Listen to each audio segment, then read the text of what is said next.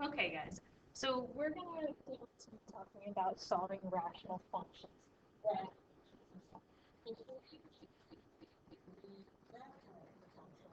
And we did some work with rational functions. So we're going to go back into that.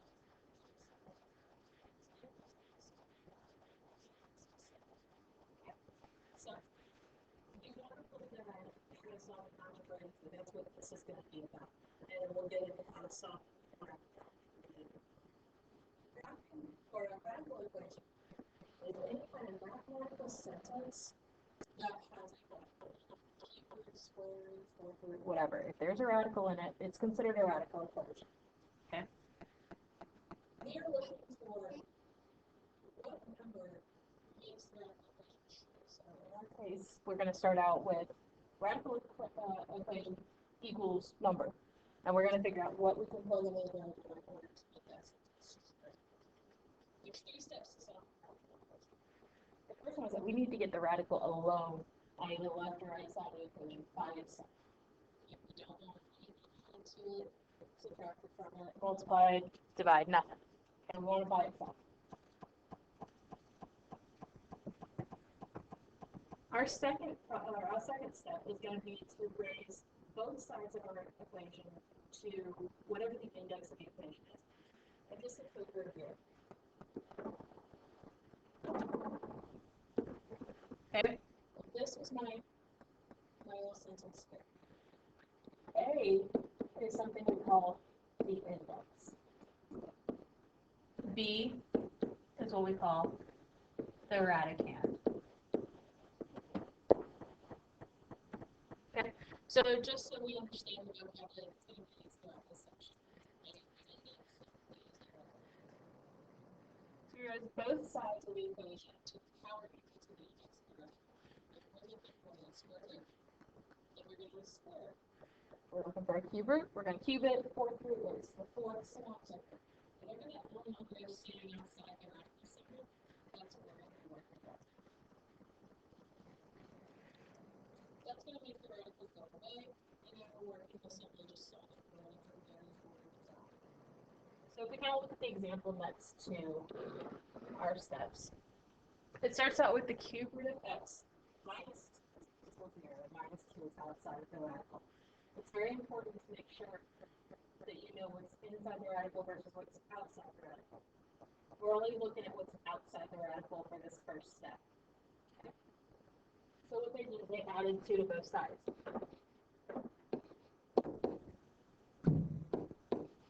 Okay. That was able to get the radical alone on one side, all by itself. You see how the cube root of x is now on the left side of the equation. And they got moved down to the second step. The index was 3. We were looking for the cube roots. The index was 3. So now we've got to cube both sides. Whatever you do to one side, you must do to the other. The cube root and the cube are going to cancel. So now my radical is gone, my index is gone, my exponent is gone, and I'm just simply left with that x, which is how they got x down here. 2 cubed is not 2 times 3. It is 2 multiplied by itself 3 times. So you have 2 times 2, which is 4, and then 4 times 2, which is 8. And that's how we got 8 down here. And then I told you in class, it's very, very important to make sure that you plug that in. Okay? So what I'm going to do is I've got this value, x equals 8. I'm going to come up to the top just because I'm going to rewrite the original mathematical sentence, plugging in the x value and account. The cube root of x, well, we're saying that x equals 8. Minus 2 equals this. Whatever the cube root of x should cancel out with that negative 2 and give me 3. So if I go to my calculator, there's no cube root of x, which means you can raise both this case, it's going to be just 8. And we're going to raise it to 1. If I were to do that, I would get 2. Now I've got 2 minus 2 equals 0. 0 equals 0. And then I'm good. I'm going to 8 0 answer. I'm good. I've got that right on the test, and I can move on.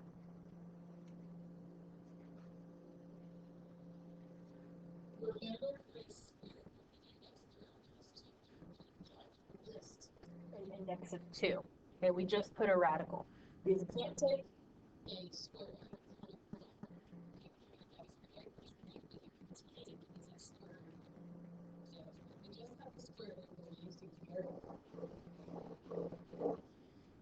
Just understand that we have an understood 2. Okay.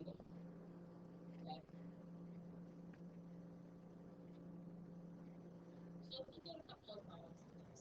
going to be a couple of view tries on this. We're going to do the exact same concept that we did in class.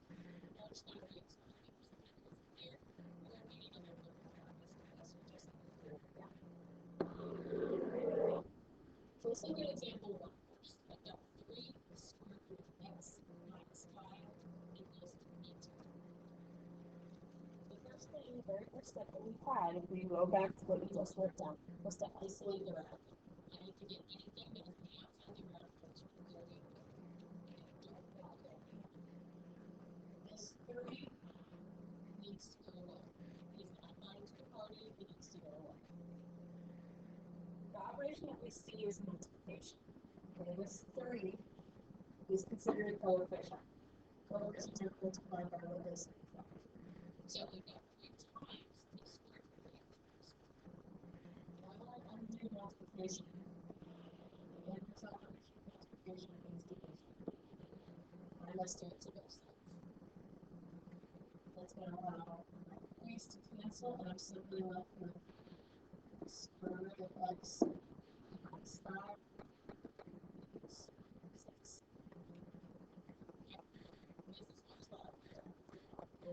Having solutions, okay. The radical needs to be alone. Do whatever you gotta do. Make sure you're doing the inverse operation though, okay? If it says plus 30, you can subtract 30. If it says multiply by 3, you divide by 3, so on and so forth. Okay, so now I'm on the lower left side, there's nothing else outside the radical. Okay, I'm not looking to get rid of that negative 5. Okay, excellent, because it's under the radical. Okay, if it's under the radical, it's good, it can stay. It's allowed in the house. Okay? If it's outside the radical, it's definitely gotta get rid of it. So that 3 was outside the radical, we got rid of it. Now we're just left with the square root of x minus 5 equals 6. So we're on to our second step, which is to raise both sides of the expression to the index of the radical. The index of this radical is 2. You don't see the index, which means it's a constant. So I'm going to take both sides. I'm going to square it.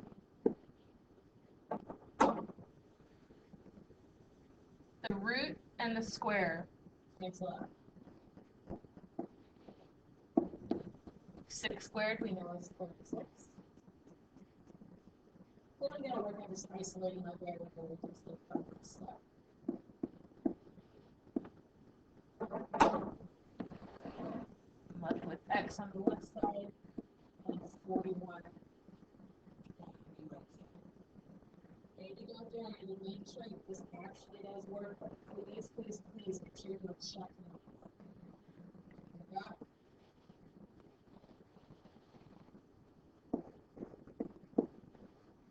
And I rewrite the original, and then wherever I saw x, reset. I'm going to plug in what we say x is, which we said it was. Yeah, I'm just going to go through and make sure that the left side and the right side x.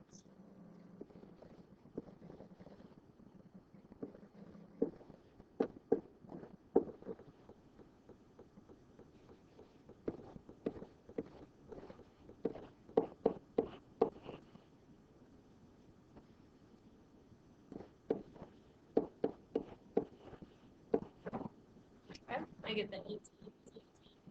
And I know that I got another expression. So here's this we've got a question like this. So when you go on to number 2, it's going to require a little bit more, but you see there's a little bit more that sits on the side with the radical, but it's not under the radical. You should see that two things are sitting outside the radical. The 4 that's being multiplied and the 4 that's being added.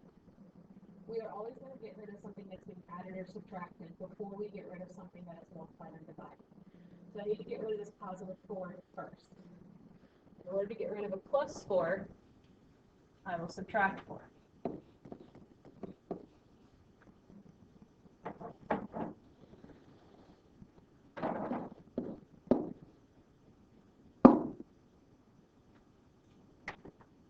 For that, guys.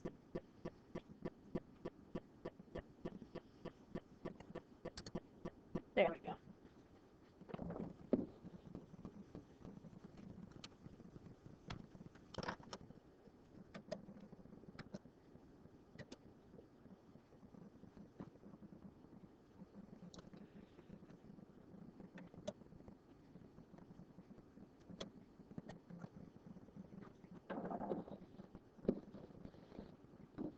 Smart boards can be really temperamental.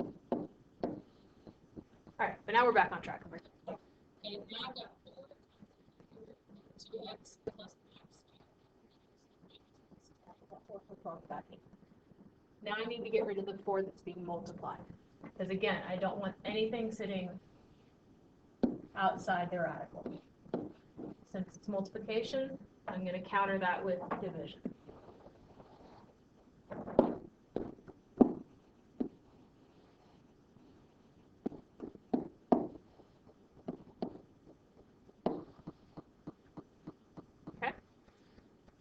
I've gotten everything that's sitting outside the radical to go away, so I'm very more happy and good. I can start working on step 2, which in our case is to raise both sides of the mathematical expression to the index. In this case, we have an index of 3. You see it right outside the little radical, which is going to cancel out. The root 3 and the raising to the 3 are going to cancel out. So we're just going to have 2x minus 5 equals 2 to the 3rd. Again, this is not 2 times 3. This is 2 times 2 times 2. 2 multiplied by itself 3 times. 2 times 2 is 4, and then 4 times 2 is 8. Now we can move on to step 3, and we're just working on solving for x using inverse operations.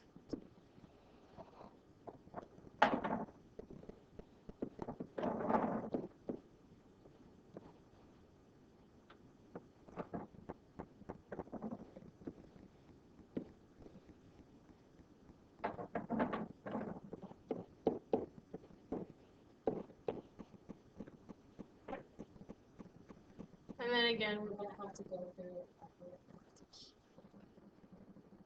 So, extend the page. My original equation was 4 times the cube root of 2x minus 5 plus 4, plus 4, sorry. Trying to do it off memory. And it is supposed to equal 12. Yep. Okay. We are saying that x is 13 halves.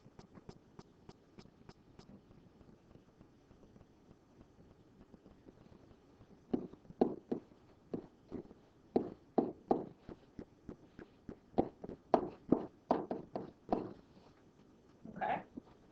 And you probably want to reach for your calculator to do this, but we really don't need it. Okay? 2 times 13 over 2. This is really 2 over 1 times 13 over 2. Those 2's are going to create diagonal for each other, which means they're going to be able to cross out and cancel, which just is going to leave me with 13 over 1, which is just 13.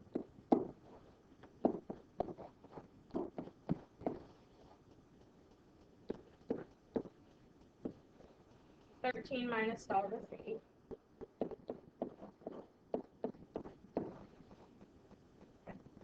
cube root of 8. I am looking for what multiplies by itself 3 times in order to get to it. 1 times 1 times 1, that's 1. So that's 2 times 2 times 2, that's 8. So 2 multiplied by itself 3 times gives me 8, which means the cube root of 8 is 2.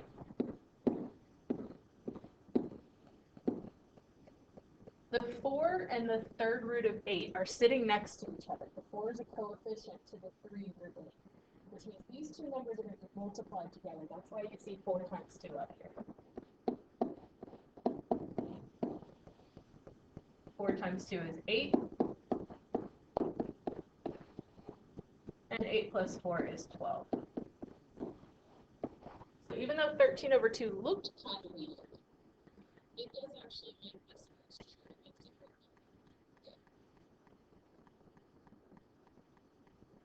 So now usually time these two. Kind of work through them. You can pause the video if you want to and kind of see what you can do. You should end up with x equals 11. And I believe this one was x equals 21. So go through, see if you can get those two problems.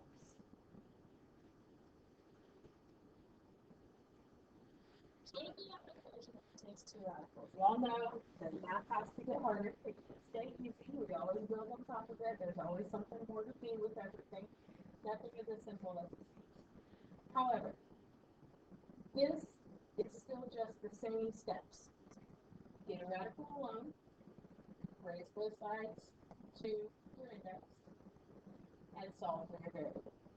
Okay. So we need to look at this problem. We need to see is one of my radicals alone on the side that they're on. What is 8x plus 6? That's a radical that's alone. That thing is sitting outside of this. It's alone by itself. It doesn't matter that the 3 root x, the radical is not by itself. Okay. The left side, the radical is sitting by itself. So we can go ahead and say that step 1 is done. One of the radicals is on its side by itself. Now we can go on to step 2. Just raising each side to the index. X here is 2. So in class there's a little bit of an issue. So I would like you to do the 3 and the root x are being multiplied by each other. I want you to just put parentheses between these. Okay. This is going to just help us remember later that these are two separate entities being multiplied by one another, which is going to help us in other problems. So I've got the square root of 8x plus 6 squared, which is going to cancel out. Just coming up with the radical. Again, meaning one's coming around. This square goes to 3, and it goes to the square root of x. So I have 3 squared, which is 9, and I have square root of x squared, which is just x. And it takes away the x. Do not forget to do this. If you take this and just make it 3x, come out on this. And make sure you're extruding that exponent to everything. You see the 3 and the root x. Now just to work on getting my variables on one side, my numbers on another. I know in class we said, hey, let's subtract 6. We can do that. You can subtract 6, and you can get the 9x to the other side, and then you have to divide by a negative. It's going to be much simpler. Let's just subtract 8x. Looks smarter, not harder. That's going to be 6 on this side, 6 on this side. And I've got my answer. It's relatively little work. I just need to make sure I check it. I'm going to come over here. I've got 8x, which is 8 times 6 in our case, plus 6, all under a radical, equals 3 times the square root of 6. Two different ways you can do this. You can figure out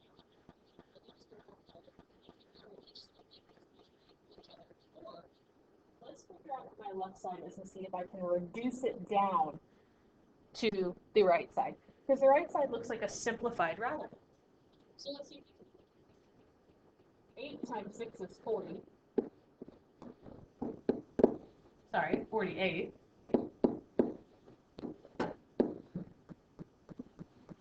48 plus 6 is 54. So 54 can be broken down a little bit further. It can be simplified. 54 is 9 times 6. So we can break it up into the square root of 9 times the square root of 6. Well, square root of 9 can be evaluated. It's 3. Square root of 6 can't. And you end up with both sides equaling 3 root 6, and we know we're right. We don't even have to use the calculator to see, like, oh, what is this in the decimal? Because it is a decimal. 54 is not a perfect square, but it is a decimal. So instead of doing the calculator, understanding the use of the calculator sit next to you. Okay. This also means you already have to deal with how far out to mark from text place. What's the text place? Decimal place is that. But just work it this way makes it a whole lot simpler. You don't even have to use calculators for something. But for something like this, one side looks at the simplified radical, see the other side of simplified place. So maybe you can try this one. I'm not sure what we came out with in class. I can't remember. I'm doing this right after class, and sometimes that happens. So I'm going to work it here, but I want you to pause the video, see if you can do this one.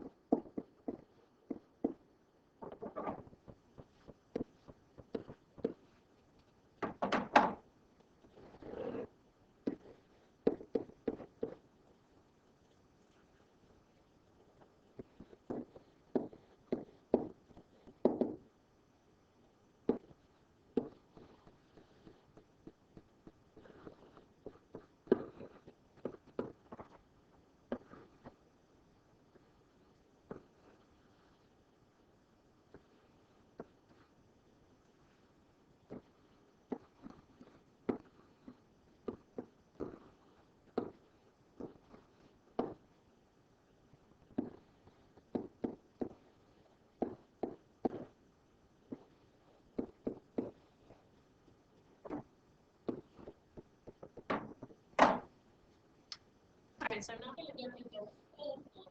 The biggest problem that you might have is the 8 and the parentheses x minus 1. Again, that's why at the beginning I told you to break the upside up with parentheses. So see that I broke it up in the original problem. I've got parentheses 2, and the parentheses are equal to negative x minus 1. So those parentheses will carry down because x minus 1, you don't know what that is. Okay? You can carry down the parentheses with the 2 if you want, just to kind of establish to make sure that you know that it's multiplying. But that's really kind of what I was doing at the beginning. So make sure if you're having an issue with that, you either speak to me or look at somebody else's notes or try and kind of figure that out. Okay? Because that's something that's going to be important. You're going to clear it about x equals 2 that checks out, so we could be good. If you need to work through this and look through a little bit more, you can pause the video and work it out. Alright, so extremely circumstances. This is where we're getting into the graph. So I will do that in a separate video because it's not going to be on the same day. Okay, we didn't do that today in class. So I'm going to hold that up. So you can go back and you can replay this as many times as you want to. If you need a little bit of help, it's that. weren't here, or if you want to try another class or something like that, I've got someone, you know, who will come up to me and ask for a little bit extra help.